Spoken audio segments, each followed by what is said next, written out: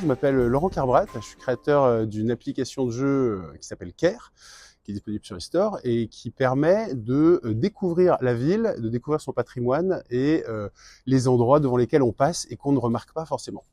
Aujourd'hui, on est dans le jardin de la Psalette, juste à côté de la cathédrale de Nantes, jardin qui entoure le manoir de la Psalette qu'on voit ici, et qui fait partie de ces endroits devant lesquels on peut passer plein de fois sans forcément les reconnaître, puisqu'on peut y accéder qu'à pied, soit en passant par le cours Saint-Pierre, soit au fond de l'impasse Saint-Laurent. Alors, est-ce que c'est le secret le mieux gardé de Nantes?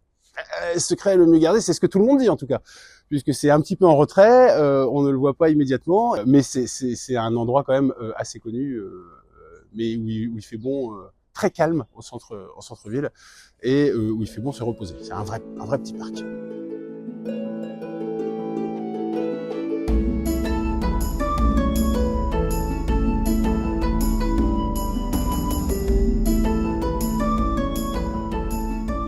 Alors, ce manoir a été créé au XVe siècle. Il abritait à l'origine non pas l'évêque de Nantes qui lui habitait de l'autre côté, porte Saint-Pierre, mais l'archidiacre du pays de la Mai.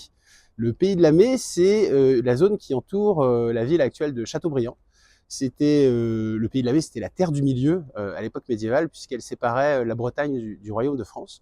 Et c'est ici que vivait son archidiacre. Alors on peut se demander pourquoi est-ce qu'il vivait pas à Châteaubriand, parce qu'il représentait, en fait, il était rattaché au diocèse de Nantes, et il représentait le diocèse, il allait au Pays de la Mai pour des représentations, et il y a également d'autres résidences d'archidiacres autour de la cathédrale qui ont subsisté, mais celle-là est certainement la plus remarquable.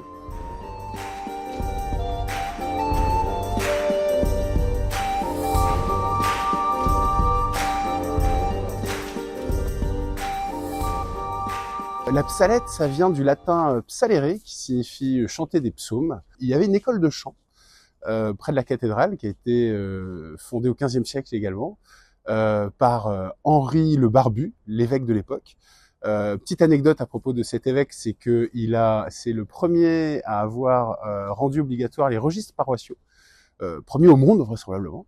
Donc le registre des naissances, des mariages, des morts, c'est grâce à lui, et c'est grâce à lui aussi qu'il y a eu donc cette école de chant liée à la cathédrale, qui au départ était ailleurs, mais qui a été installée dans ce manoir en 1837.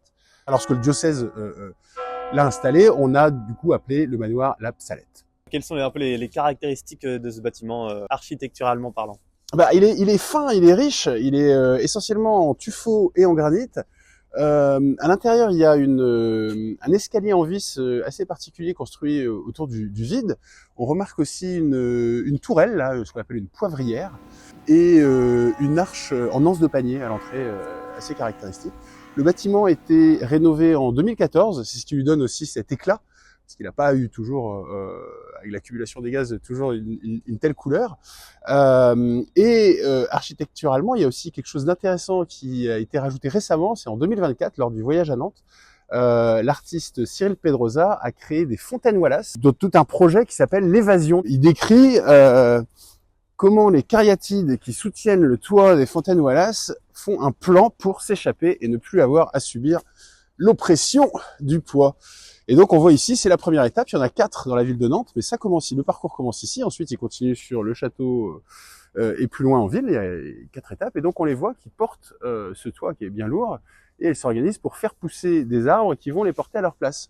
Alors la petite anecdote là au niveau des cariatides, c'est que le nom cariatide viendrait de la ville de Cariès en Grèce, qui lors des guerres médiques, c'est-à-dire les guerres qui opposaient les Perses et les Grecs, un peu comme on voit dans le film Les 300, auraient pris parti pour les Perses, mais comme ils ont perdu, ils ont été punis. Et la punition a consisté pour leurs femmes à porter des trucs lourds. Et donc voilà, donc les femmes punies pour les méfaits de leurs hommes décident de s'émanciper quelques millénaires plus tard. Et on peut voir ça à Nantes.